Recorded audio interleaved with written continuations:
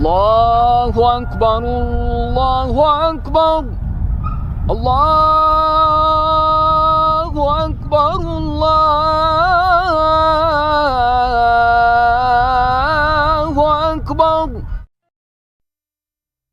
السلام علیکم اسلام کے دوستو، اللہ اکبر یہ وہ الفاظ ہیں جنہوں نے کبھی دنیا کے گوشے گوشے کو جگایا تھا، اور آج یہ اذان شاید کسی مسجد سے نہیں بلکہ تاریخ کی گہرائیوں سے آ رہی ہے۔ یہ کہانی ہے یورپ میں بسے ایک ایسے شہر کی جس کے پہاڑوں نے اسلام کی روشنی دیکھی، جس کی فضاؤں میں کبھی قرآن کی تلاوت گونجی، اور جس کے گلی کوچے آج بھی مسلمانوں کی محنت، قربانی اور عظمت کی گواہی دیتے ہیں۔ یہ ہے تبلیسی، جورجیا کا دارالحکومت اور ایک ایسا شہر جو یورپ اور ایشیا کے درمیان دل کی طرح دھڑکتا ہے۔ زیادہ تر لوگ یہی سمجھتے ہیں کہ اسلام یورپ میں اس وقت پہنچا جب انگریزوں نے مشرق سے مزدور اور سپاہی لا کر یہاں بسائے، لیکن حقیقت اس سے بھی کہیں گہری ہے۔ اسلام یہاں اس وقت پہنچ چکا تھا جب یورپ کے بیشتر ممالک کا وجود تک نہیں تھا۔ تبلیسی کی زمین نے اس وقت اللہ اکبر کی صدا سنی تھی جب دنیا بھی اپنے نقشے ہی تلاش کر رہی تھی۔ تبلیسی دریائے قرہ کے کنارے آباد اور چاروں طرف قفقاز کے پہاڑوں سے گھرا ہے۔ یہ صرف ایک شہر نہیں بلکہ زمانے کے زخموں کا نقشہ ہے۔ تاریخ دان کہتے ہیں کہ اس شہر کو تقریباً 40 بار جلایا گیا، لوٹا گیا اور اجاڑا گیا، لیکن ہر بار یہ شہر ایک راکھ بن کر دوبارہ اٹھا۔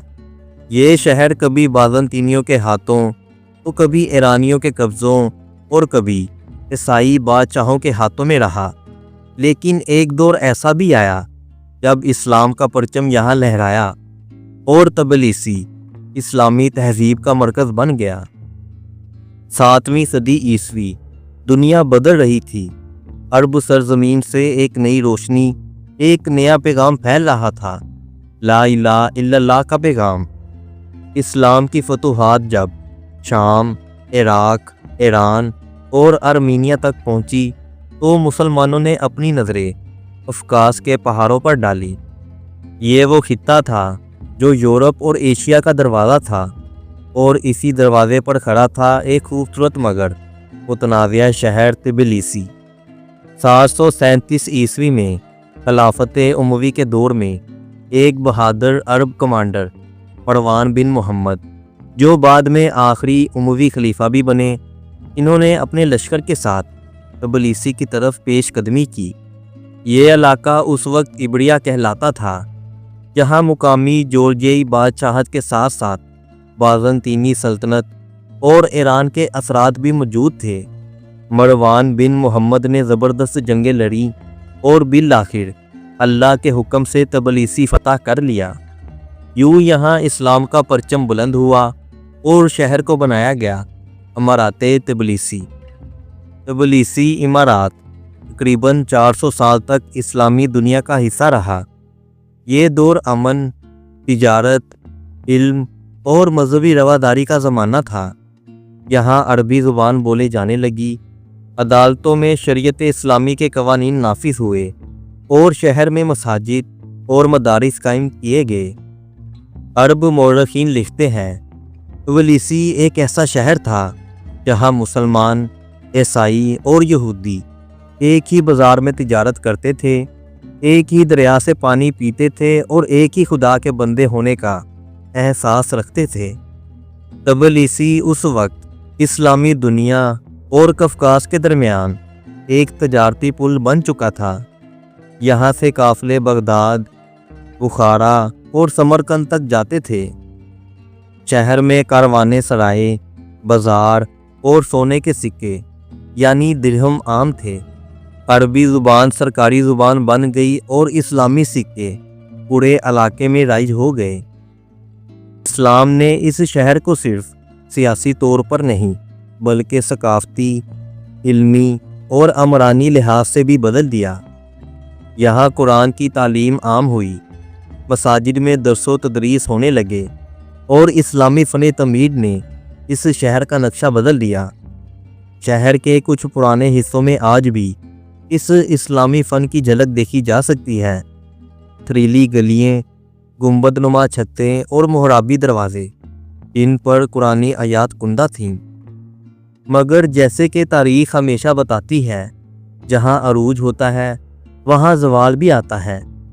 9ویں اور 10ویں صدی میں تبلیسی کے اسلامی حکمرانوں کو جورجیائی بادشاہوں اور بازنطینی سلطنت سے سخت مزاحمت کا سامنا کرنا پڑا۔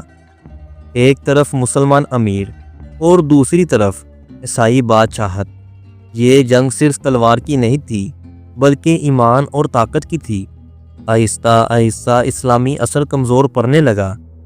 مقامی سرداروں نے بغاوتیں شروع کر دیں اور خلافت عباسیہ کے زوال کے ساتھ ہی تبلیسی کا تعلق مرکزی اسلامی دنیا سے کمزور ہو گیا۔ پھر آئی 11ویں صدی، جب جورجیا کے بادشاہ ڈیوڈ چہارم، جو ڈیوڈ دی بلڈر کے نام سے مشہور ہوا، اس نے ایک فیصلہ کن حملہ کیا۔ یہ 1122 عیسوی کا سال تھا۔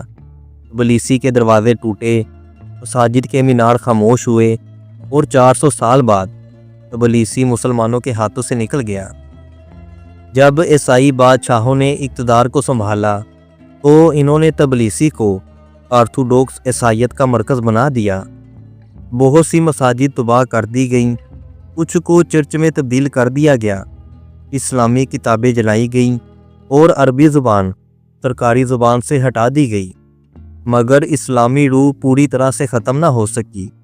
کچھ مسلمان خاندان، خاص طور پر آذربائیجانی نژاد مسلمان، آج بھی وہاں آباد ہیں۔ انہوں نے اپنے دین کو سینے سے لگائے رکھا۔ یہ مسلمان زیادہ تر آذربائیجانی نسل کے ہیں، کچھ ترک، عرب اور مقامی جورجیائی مسلمان بھی ہیں۔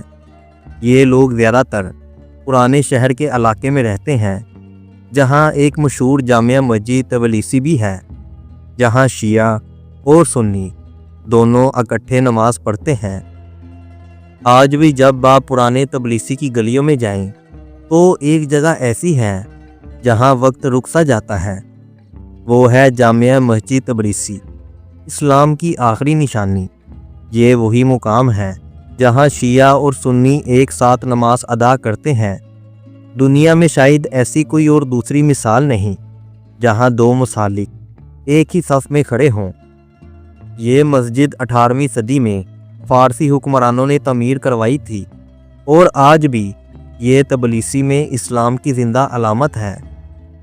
پرانے شہر میں ایک قدیم پل ہے جسے مقامی لوگ آج بھی عربی پل کہتے ہیں۔ یہ پل اس وقت بنایا گیا تھا جب تبلیسی امارات اسلامیہ کا مرکز تھا۔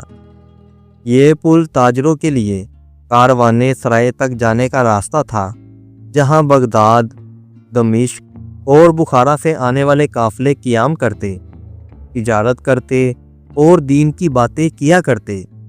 آج ان عمارتوں کے آثار باقی تو نہیں، مگر ان کی خوشبو اور اثر اب بھی فضا میں موجود ہے۔ تبلیسی جورجیا کا دارالحکومت ہے اور اس کا کل رقبہ تقریباً 504 مربع کلومیٹر ہے۔ یہ جورجیا کا سب سے بڑا شہر بھی ہے۔